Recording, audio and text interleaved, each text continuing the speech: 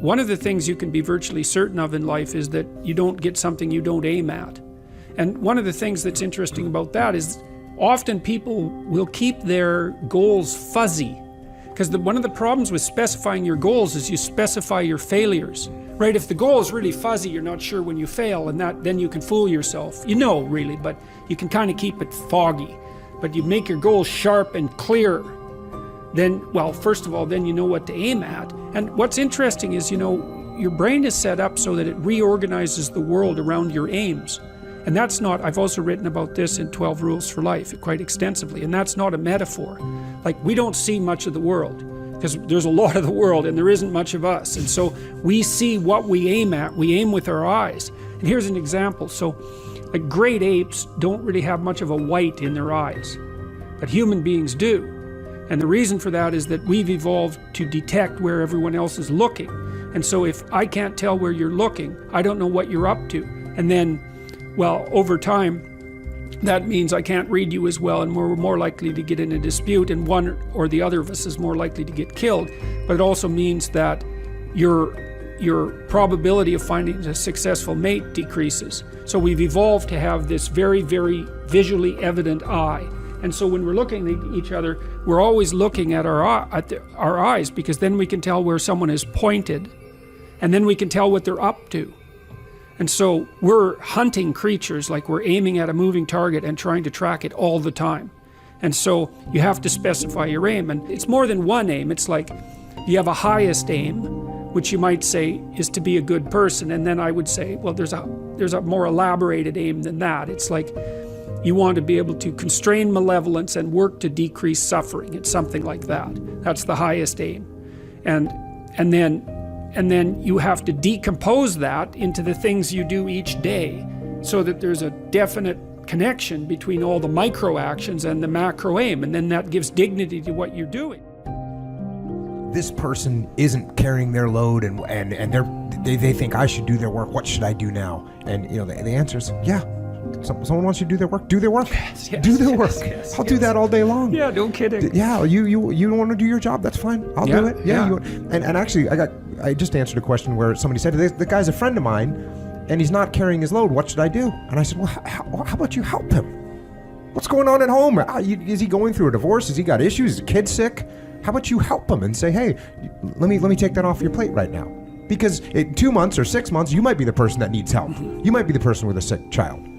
But regardless of that, maybe he's just as lazy, and maybe he shouldn't be your friend, and maybe eventually he won't be your friend, but nonetheless, the solution is the same. If you don't want to do your work, that's fine, I'll do it for you. Yeah, well, that's such a funny thing. That's exactly right, because, you know, what you want to do in your job is make yourself indispensable, right? And the way you make yourself indispensable is by being indispensable. And the way you do that is by doing a bunch of things that, if they're not done, catastrophe occurs. And that's exactly right. So if there's someone around you and they're abdicating their responsibility and you can pick it up, it's like, what an opportunity. You know, you think, well, I'm not going to get credit for it. It's like, well, first of all, there's lots of different forms of credit, but you learn. And then when the company shrinks and they're looking at who to keep, you know, they think, oh, well, it turns out you're doing all sorts of things. We can't do without you. That's not what we expected. We can't do without you. Here's some more things you could do.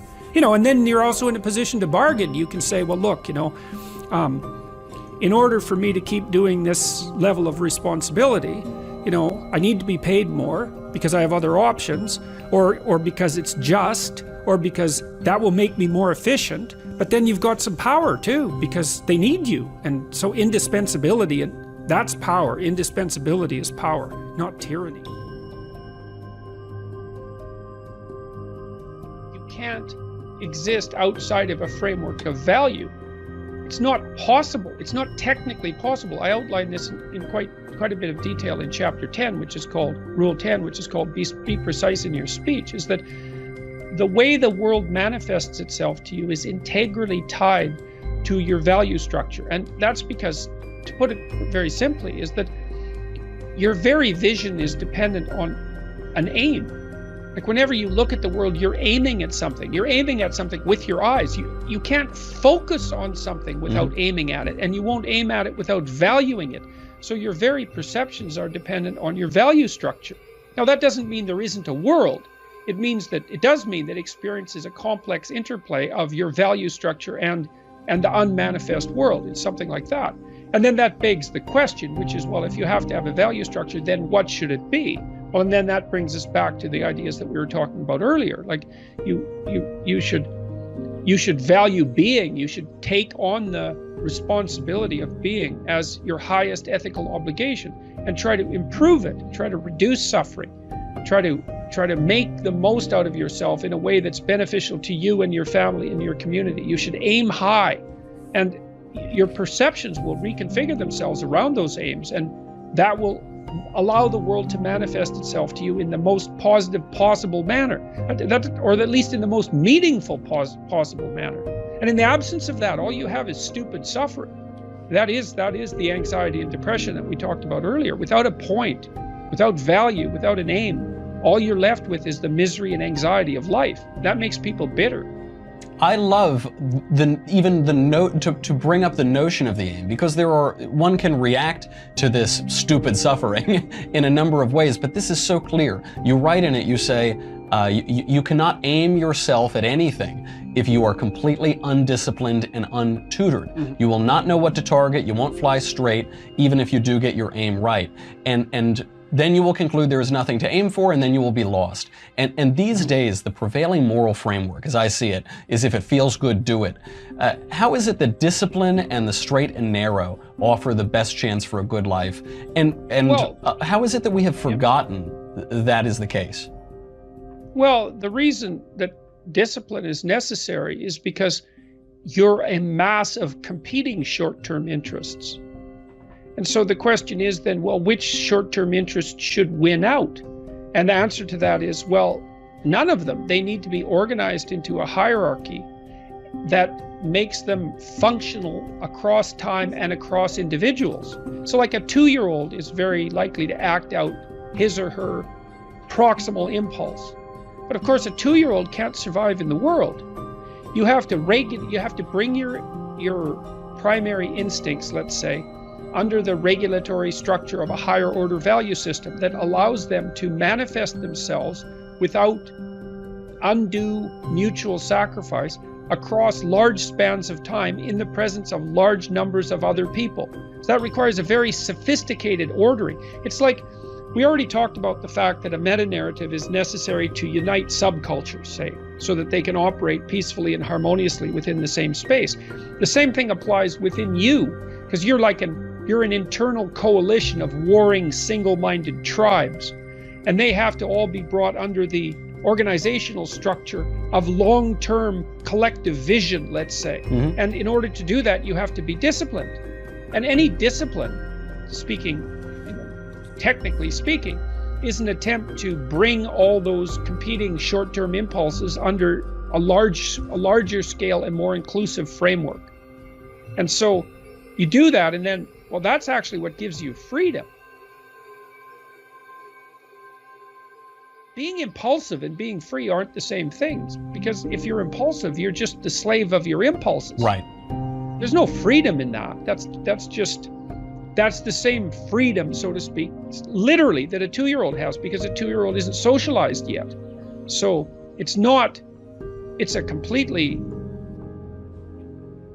that doesn't function in the sophisticated world. It doesn't work. Right. Everyone knows it. We just like to pretend sometimes to say, oh, that does feel good, Now, I have one last... Well, we like to pretend all the time, because that's why we go out and drink, because drinking enables you to blind yourself to the long-term consequences of your actions. And there's no doubt that that's very, very rewarding in the short term, but it's also why you wake up the next morning hungover and ashamed.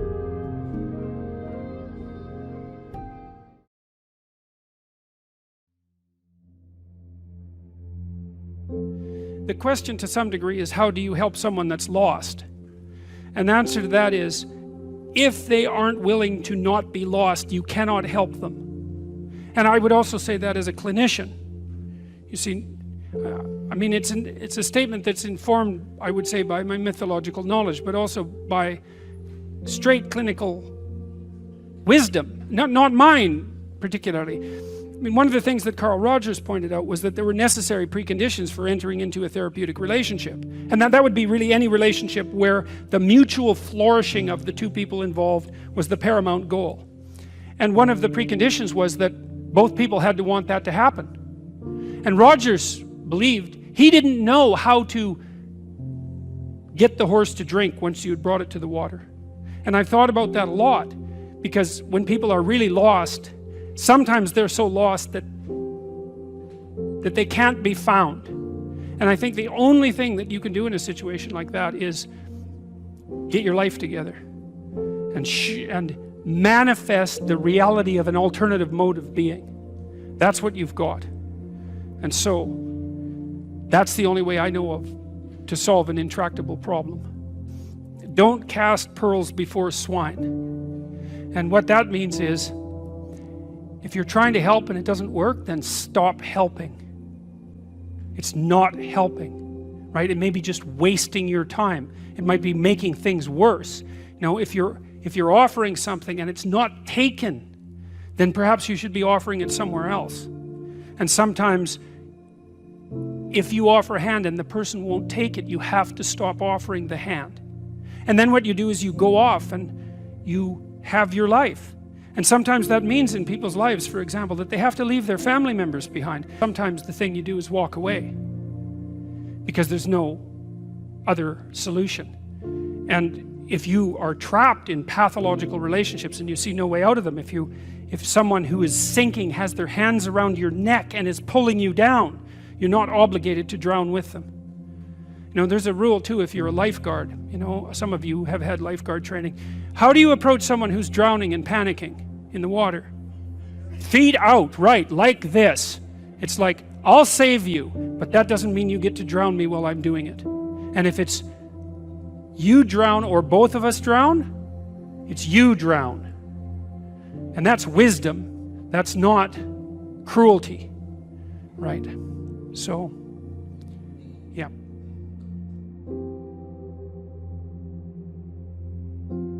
Often you talk about one way to find meaning is in the journey between who you are and who you could be. But how do you make sure that when deciding like who you could be, that you're not aiming too high? Right. Because then potentially you could be disappointed. Oh, that's so, a good. That's but a how really, do you make sure that it's challenging enough to keep you engaged? Yeah, that's a really good question. Yeah. Well, that's something you encounter practically in a clinical setting all the time.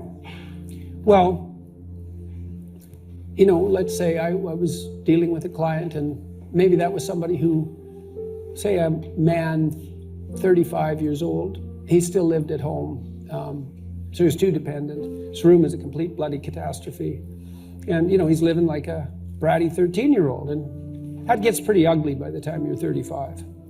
You know, and he knew it, and I'm sure his mother knew it, although obviously she put up with it, which was probably her mistake, at least in part.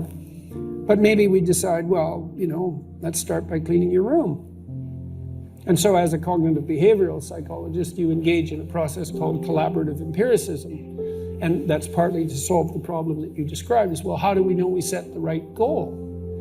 Well, we'd say, well, go try it. And just watch yourself like you don't know who you are, and come back next week and we'll see how you did. And maybe, I remember this one client, he came back and he said, you know, I went and got the vacuum cleaner from the closet, which is something I really never done, and I put that vacuum cleaner in the doorway of my bedroom, crossways, so it blocked the doorway, and then I just walked over it for a whole week. And like, he was completely nonplussed at his own intransigence. And look what he did, eh? He was so resentful and so angry that he, instead of vacuuming his damn bedroom like he planned, he just stuck the vacuum in his own way and then martyred himself over it every day for a week. It's like, okay then, we're starting to get somewhere with the whole you living at home thing here. And so, well, that was too high a goal for him. And you say, well, how do you know that? It's like, well, he didn't do it, did he? So then what you do practically is you say, well, how about you bring that vacuum cleaner into your room this week, and that's your whole assignment.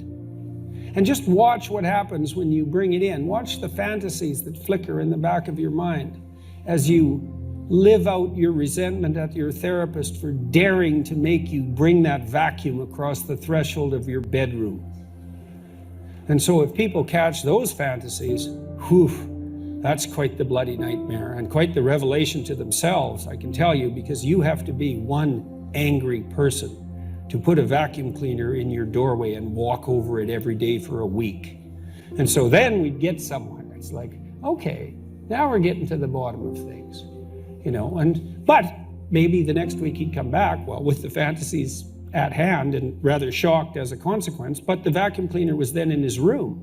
And so he broke the threshold there, and then maybe we'd have to, maybe all he could do was sort out a drawer or half a drawer, something like that. So what you do is, you pick a target that you think is probably reasonable, and you can negotiate that with yourself. And what I would do often practically with my clients is I would say, well, your life is not going very well, and that's why you're here. I mean, that wasn't a pronouncement on my part. And I would ask them, what problems they were suffering from, what they were suffering from. But I would usually do a pragmatic analysis of the generic quality of their life. And it's not that hard to do. You can do this for yourself. It's part of this self-authoring program that I have online.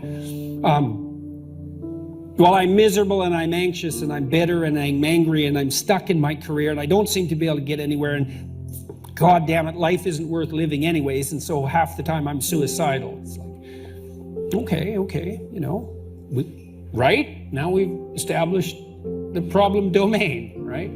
At least somewhat. And then I would say, well, hypothetically, you'd rather that some of that wasn't the case, right? So because we want to establish a goal, what is it you want? More misery or less misery? And usually by the time people had come to therapy, unless they were mandated to do so, which never works, by the way, they wanted things to be better. That's why they were there. Now and then you get someone who was there just to, maybe please someone else, but I could usually get beyond that, because if they were willing to come there was at least a part of them that was hoping that there was such a thing as up. And then we'd just walk through their life. It's like, okay, well, let's do an assessment. Do you have any friends? How often do you see them? Well, I have 6 friends, but I only see them once every 6 months, one of them every 6 months. Well, that's pretty low on the friendship hierarchy. So I just file that away as a piece of evidence. Do you have an intimate relationship? Are you as educated as your intelligence would indicate might be useful? Do you have a job? Do you have a career? Or failing that, a job? Right? Because generally people need at least a job and perhaps hopefully a career. How do you regulate your drug and alcohol use? Because that's a major pitfall for people.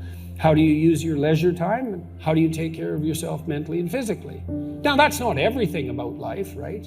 But if you don't have any of that, well, we have a place to start then, like maybe you should try to make one friend.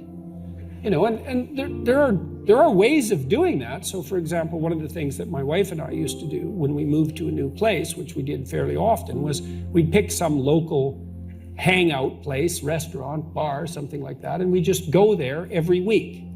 And until we started to know at least the proprietors, we'd introduce ourselves and we'd make that a routine, and then you can get to know people. And sometimes with my clients I would have to, some of them were incredibly not socially skilled, like in ways you just have no idea, well, maybe some of you do, how, well, because I don't mean you specifically, although maybe I do, but you certainly may know people like this. I had one client who was literally so socially anxious he could not use a telephone. And so he was he was absolutely terrified of people. He'd been horribly bullied. He was 3/4 deaf. He had obsessive compulsive disorder. He had an intellectual impairment. I mean, this guy had a rough time, man. And he was so terrified he could hardly talk to men and women, man. They were so terrifying to him. He just didn't even know literally where to start. Well, sometimes when people are extremely impaired, they don't know anything basic. They have no friends. It's why? Well, they introduce themselves like this. What's your name? And then maybe you say it, but they're so preoccupied that they don't hear it, and then they shake hands. So let's shake hands. That's not good. That's not good. You don't remember the name. You're not making eye contact, so you can't see the person's emotional response, and then you're afraid, and that's why you're looking away. And then because you're afraid and you're looking away, you don't pick up the social cues about how to initiate conversation, even if you know how to do that. So then you're awkward, and because you're looking away, you don't listen, and then you can't enter into the flow of conversation. And so we'd practice shaking hands, maybe 20 times till the person could do it and was comfortable with it. And that's how you start at the bottom of things.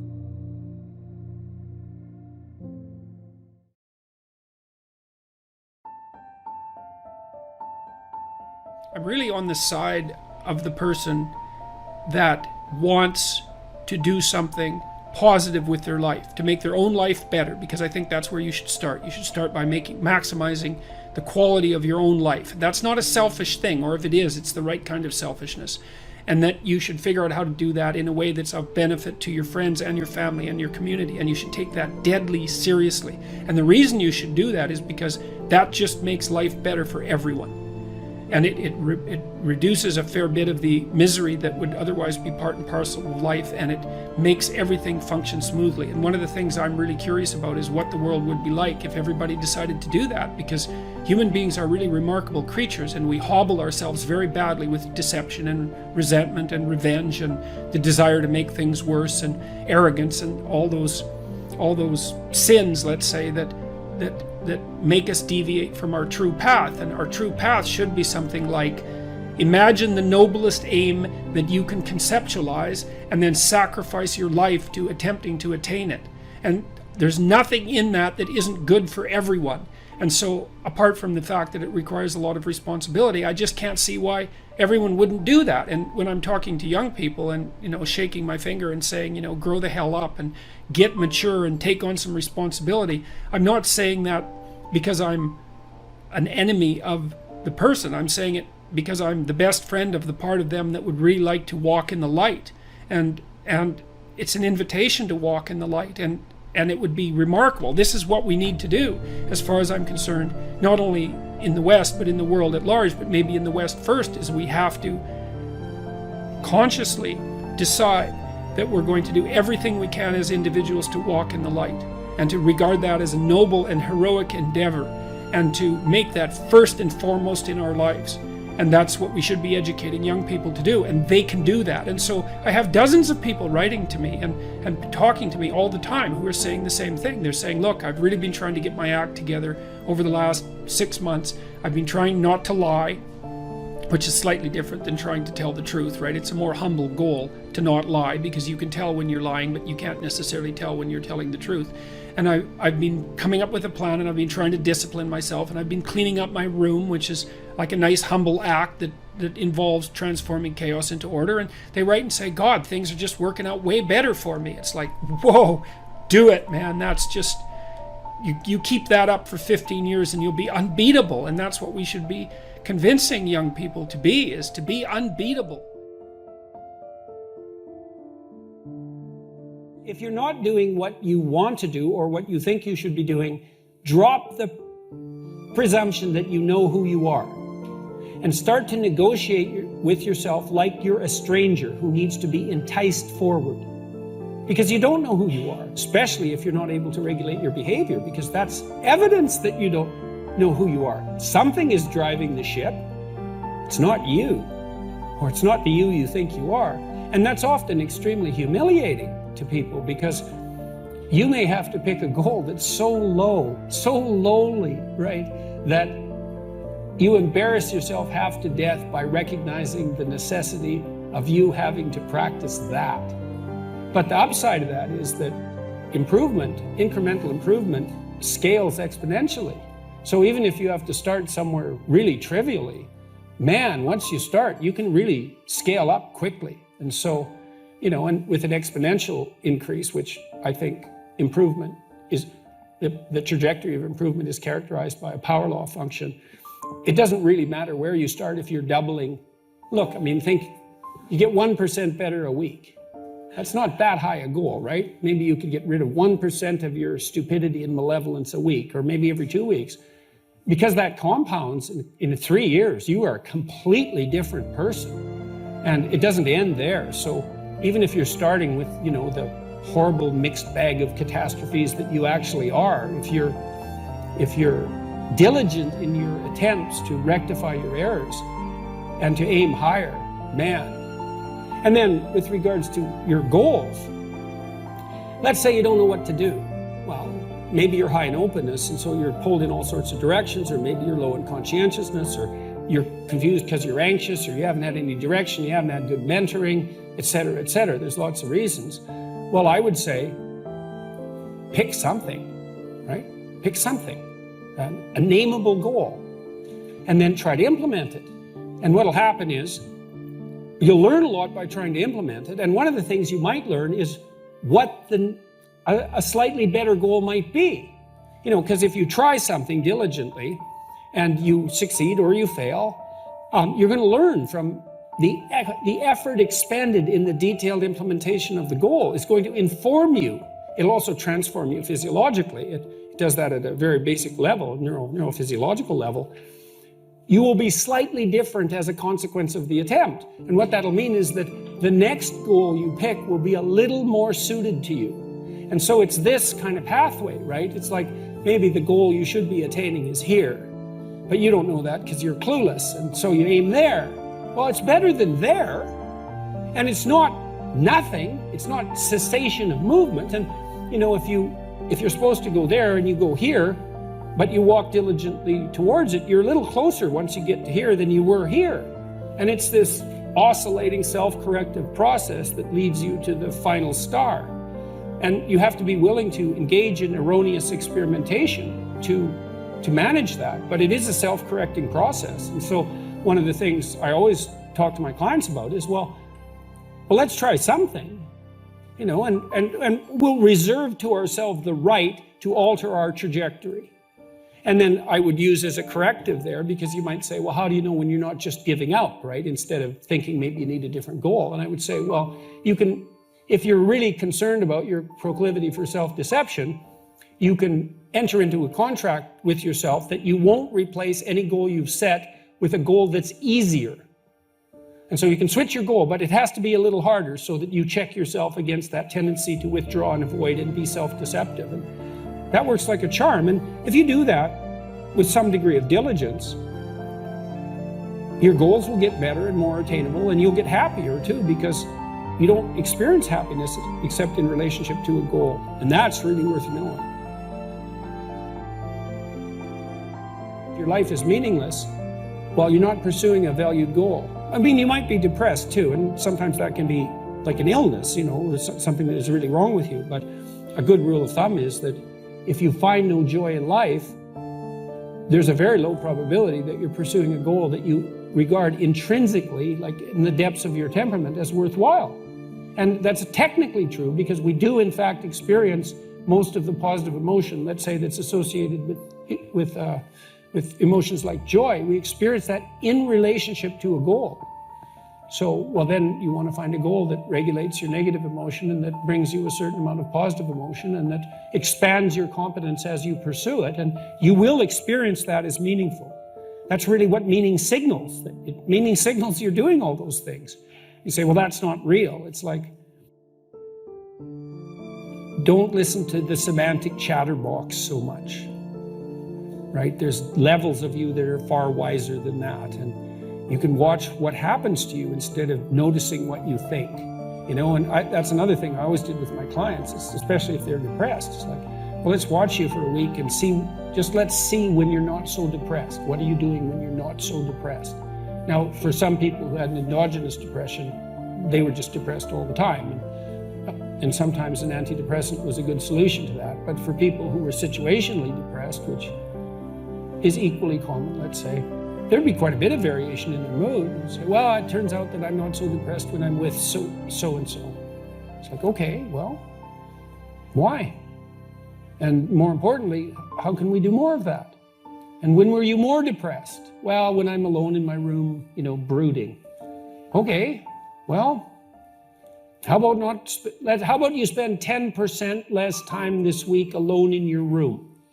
Like, we'll introduce a 10%, let's say. So you're awake for 16 hours, so that's an hour. Now we'd probably go for 5%, half an hour. That's a hell of an improvement over 20 weeks, right? Because that would be 100% less time doing counterproductive brooding.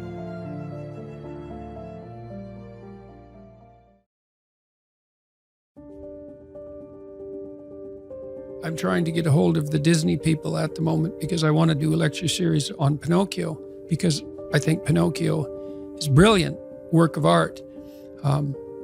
And if you're a puppet and an actor, and Pinocchio is both at times in that movie, both a puppet and an actor. So why an actor? Like, why is there something wrong with being an actor? Well, the first question is, well, who sets your role? And then the second question is, who's pulling your strings? So you've put on this front that is there to make you popular and sexy and desirable and to mask from yourself your own inadequacies. But that's a role. Well, who wrote it? And for what purpose? And so Jung said, for example, that we all acted out a myth, and whether we knew it or not. And maybe you're acting out a tragedy. Maybe you're acting out Narcissus. You don't know, because you've put that on yourself in an attempt, in some ways, to deliver to people what they want, or more accurately, to look as though you're delivering to people what they want. And it's not nothing to do that, right? Because at least you're attempting, in some sense, to adapt to the social world. Someone who's really infantile and dependent, someone who's never left home, part of their problem is that they haven't crafted a persona. So you don't want to denigrate it entirely, but it's no substitute for the real thing. And it turns out that not only is what we want from each other the real thing, but that's also the adventure of your life.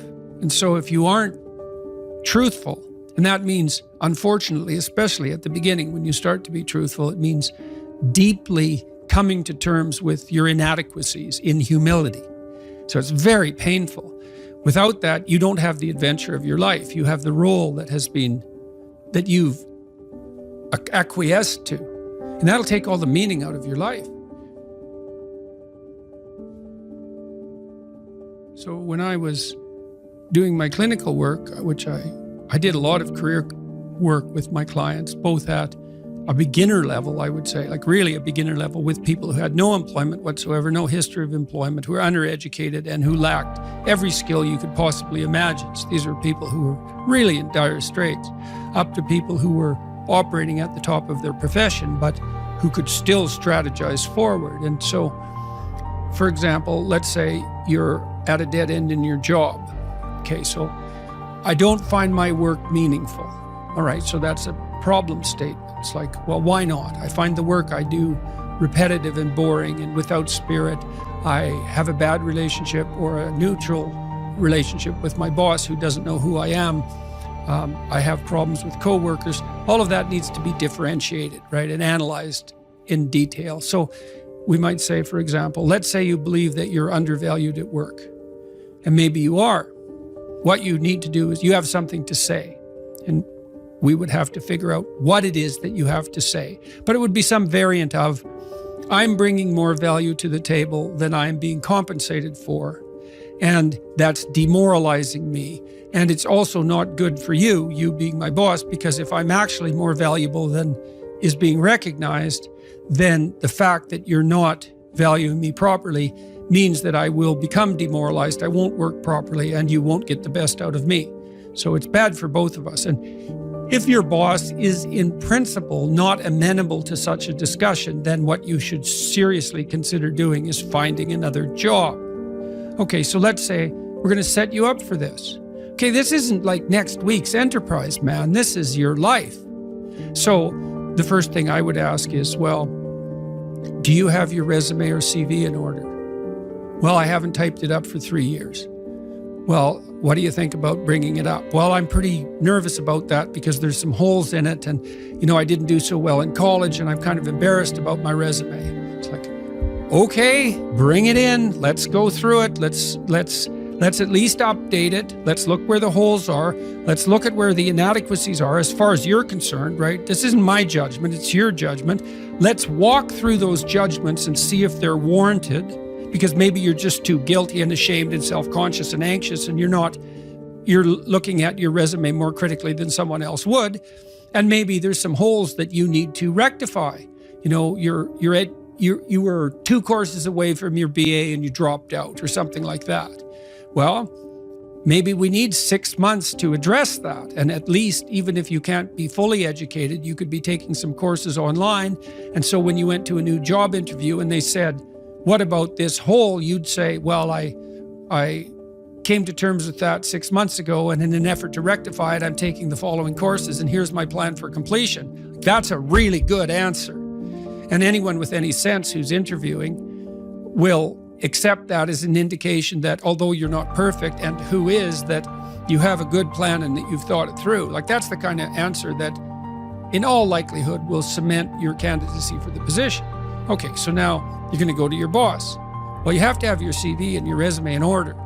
And you have to be able to stand on it solidly, and which at least means that you're prepared to address the inadequacies in a credible, realistic, believable, and truthful manner. All right, now what you do is apply for like 10 jobs. You don't have to take them, but maybe you have to go to an interview or 2 or 3 or 4, and maybe there's a bunch of opportunities out there for you that you didn't even know about. And maybe someone offers you a job. And so now you can go to your boss and say, here's the situation I'm in here at work. Here's my evaluation of the problems in relationship to me. Here's what I could do for you if you gave me a 40% raise and the opportunity to progress, but I'd like to see a plan for that. And I've been looking for other opportunities before conducting this discussion, and I have some. Well, then, if your boss treats you with contempt at that point and doesn't listen, then perhaps he or she is a little more narcissistic than might be optimal, and it's time to find a new job. But this isn't something you do trivially. And so when you're doubtful, say you're trapped, you ask yourself, well, why am I trapped? And that's a hard question, right? Because some of it's your own inadequacy, a lot of it. And all of the part of it that you can deal with is your own inadequacy. So even if it's unfair, you know, even if you're hemmed in for any number of reasons, inappropriate, like ethnically predicated oppression, let's say, or maybe you're in a workplace that really is sexist in some fundamental sense. Well, that's not good. It's not just, it's not fair, it's not meritorious, all of those things. And maybe you shouldn't be there. But what you can do to begin with is every bloody thing you possibly can do to put yourself in the most virtuous and powerful negotiating position possible. And you have to think like a snake in some sense to do that. You got to get the details right. You have to be prepared to bite, and you have to have your eyes on the prize, so to speak.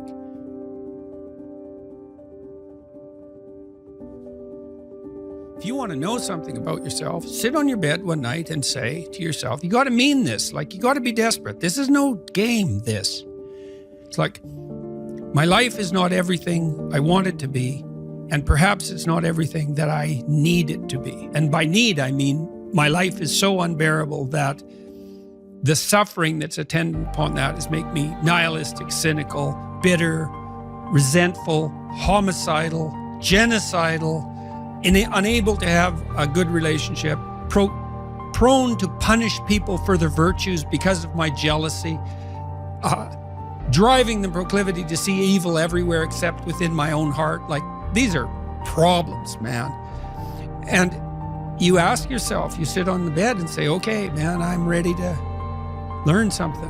Like, what's one thing I'm doing wrong, that I know I'm doing wrong, that I could fix, that I would fix? It's like, you meditate on that, you'll get an answer. And it won't be one you want, but it'll be the necessary one. You know, and it's often something that will point you to small things. So Carl Jung said, people in the modern world don't see God because they don't look low enough. And so imagine you're in your messy bedroom, you know, and you're sitting on the edge of the bed trying to have an honest dialogue with yourself. And the little voice says, you know, it's pretty disgusting in here. And you think, well, I'm way above such trivial niceties as organizing my room. Well, that's pride. That's arrogance. If you're above organizing what's actually yours, how in the world are you ever going to organize anything else? And so you get on your knees and you think, well, it's time to, take a brush to the toilet. And maybe that's where you start. And that works. That works. You start making those micro improvements, real micro improvements, real on the ground, actual micro improvements to things that are wrong, you'll improve unbelievably rapidly.